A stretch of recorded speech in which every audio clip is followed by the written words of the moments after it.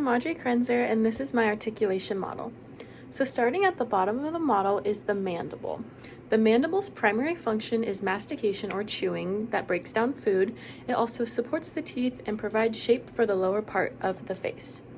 For speech, though, the mandible will contribute to proper positioning and movement of the tongue, lips, and teeth, which are all very important in articulation. Moving on, we have the hard palate, which is right here, and the hard palate's primary function is separation of the oral and nasal cavities, and also providing structural support for the face.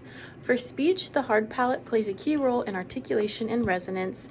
The hard palate is necessary for articulation of alveolar consonants like t and d, and the hard palate also reflects the sound waves back into the oral cavity, which will contribute to overall sound quality and resonance. Next is the palatine bone, which is this small one right here, and its primary function is that it forms the posterior hard palate, which helps to again separate the oral and nasal cavity.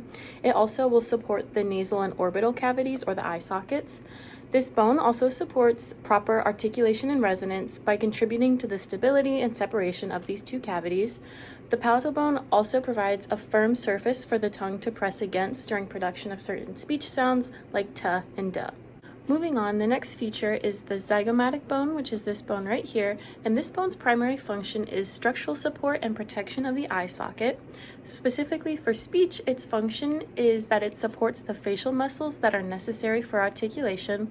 It will also influence jaw movements and the mobility of your cheeks. Then we have the sphenoid bone, which is actually bigger than this, but just for the sake of the model, it's pretty tiny. And its primary function is to, again, provide structural support for the skull, and it will also form part of the eye socket and nasal cavity. Its function of speech is that it supports the velum, which will help to ensure adequate separation of the oral and nasal cavities, and it will also facilitate jaw movement for articulation. So moving on, the frontal, parietal, occipital, and temporal bones all share the same primary function of protecting their brain. However, their purpose within speech varies a little bit. But the frontal and parietal bone, mainly their function of speech is that they protect portions of the brain that are needed for speech. And then the occipital lobe will protect the cerebellum, which plays a big role in the coordination of speech muscles that allow for movement of the tongue, lips, and jaw. And then in the temporal lobe, it houses the middle and inner ear, which are very important for understanding and fine-tuning speech. And the temporal lobe will also support the temporomandibular joint, which allows for jaw movement. Coming back down the model, this blue balloon represents the oral cavity, and the primary function of the oral cavity is that it initiates digestion by breaking down food with the teeth and saliva. It also allows for airflow and swallowing. Specifically for speech, it contains the tongue, teeth, and many other features that are essential in articulation of speech sounds. So moving on from the oral cavity, above it is the nasal cavity, which these two are separated again by the hard palate. So the nasal cavity's primary function is air filtration and humidification, meaning it'll keep particles out of the respiratory system and will moisten the air that's going through the respiratory system. And specifically for speech, it helps so that the airflow is directed through the nasal cavity for nasal consonants like or instead of coming out of the oral cavity like other sounds.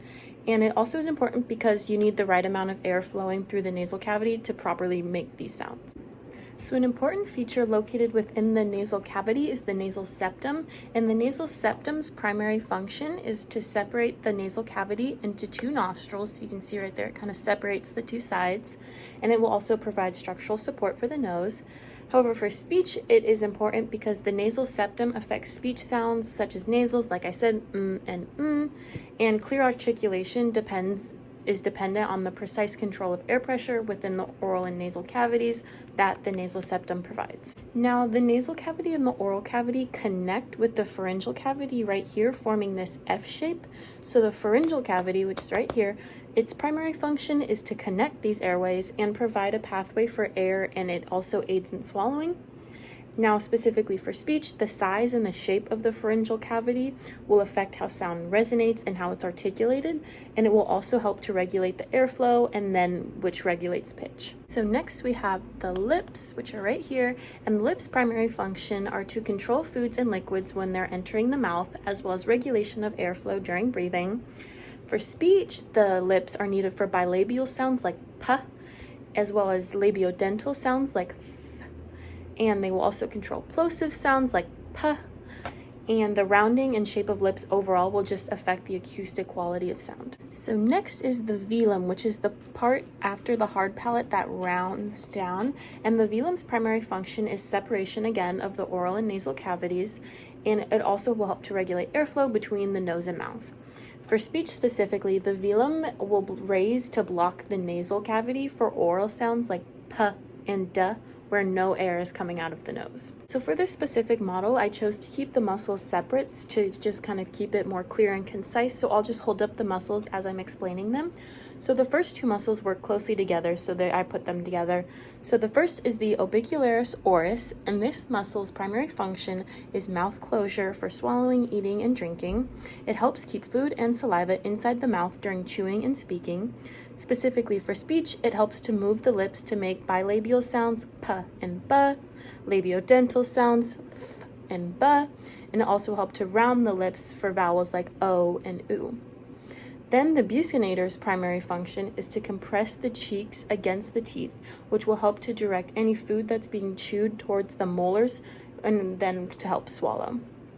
Then specifically for speech, it will help to maintain cheek tension, controlling oral pressure, and will support the coordination of the lips, tongue, and other oral structures. So next is the rhosaurus muscle, and this muscle will pull the corners of the mouth laterally, and it works closely with the muscles orbicularis oris and the buccinator for mouth movement. Specifically for speech, it will influence lip movements and enhance facial expressions. Its contribution to lip positioning and tension helps to ensure clear and expressive speech. The next muscle is the levator labii superior, and this muscle's primary function is elevating the upper lip. So for speech, its function is articulating labiodental and vowel sounds, as well as conveying facial expressions that help to keep speech emotionally engaging and effective. The next muscle is the zygomaticus minor, and this muscle is responsible for elevating the upper lip.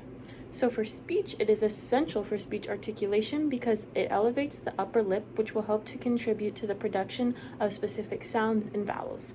Moving on from the zygomaticus minor is the zygomaticus major, and this muscle's primary function is instead to elevate the corners of the mouth. So for speech, this is important because the elevation of the corners of the mouth will help to articulate certain speech sounds and make for clearer overall speech. So the next muscle is the depressor labii inferior, and this muscle's primary function is to pull the lower lip downward and laterally. So for speech, this is important because the depressor labii inferior muscle is important for speech articulation, specifically aiding in sounds like th and the, where the lower lip needs to be pulled down. So the next muscle is the depressor anguli oris, and this muscle's primary function is to pull the corners of the mouth downward. And for speech, this is important because by lowering the corners of the mouth, it helps to shape the oral cavity for the production of certain sounds like p and b. So the next muscle is the levator anguli oris, and this muscle's primary function is elevating the corners of the mouth. And this is important for speech because the elevation of the corners of the mouth allows for the articulation of speech sounds like the E and C and eh and bed. The final muscle is the levator labii alicae nasi superioris, and this muscle's primary function is elevation of the upper lip and the dilation of the nostrils. So for speech, this muscle is important because the elevation of the upper lip will influence the shape of the oral cavity, allowing for the same speech production of sounds as the last muscle, so the eh in bed and the E in C. So moving on to the nerves of the articulation system, first we have the trigeminal nerve, which starts here and spans out across the face.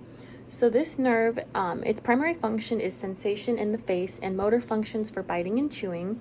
So for speech, its articulation purpose is that it provides sensory input that aids in the precise movement and positioning of the articulators.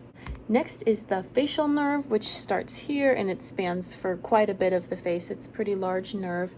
So its primary function is facial expression, taste sensation, and glandular secretion like saliva. So for speech, it's important because it will innervate the muscles of facial expression, which provides the necessary control for things like lip movement. Next is the hypoglossal nerve, which is here at the oral cavity, and this nerve's primary function is motor control for the tongue. So for speech articulation, this is very important because it will control the movements of the tongue, and it helps to enable the precise tongue position that will then allow for clear articulation and variety of speech sounds. So next is the vagus nerve, which is located here near the pharyngeal cavity, and this nerve's primary function is that it is primarily related to the atomic control of the heart, lungs, and the digestive tract. So for speech, it's important because it will innervate the laryngeal and soft palate muscles, which are crucial for phonation, resonance, and articulation.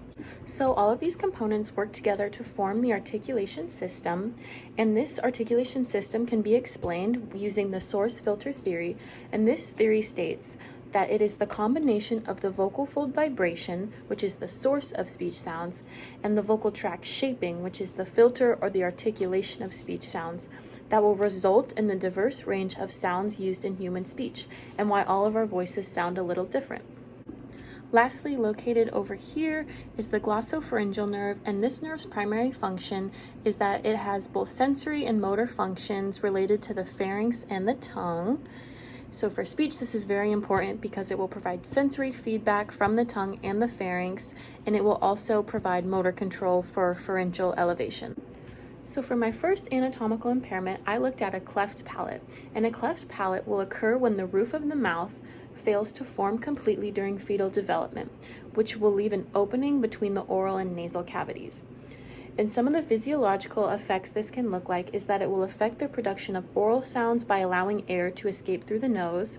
It can lead to hypernasality, which would sound like excessive nasal resonance, and it may impair the production of plosives like p and b, and fricatives such as s and z, due to poor oral pressure control. So the other impairment I chose to look at was microglossia, which is an abnormally small tongue.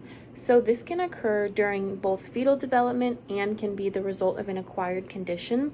And when you have microglossia, it can impact your tongue elevation and mobility, just making it overall harder to make certain speech sounds, specifically sounds like l and t, where your tongue has to reach certain points of your mouth. Having microglossia can make that harder and more difficult to produce. And that is my articulation model. Thank you so much for watching.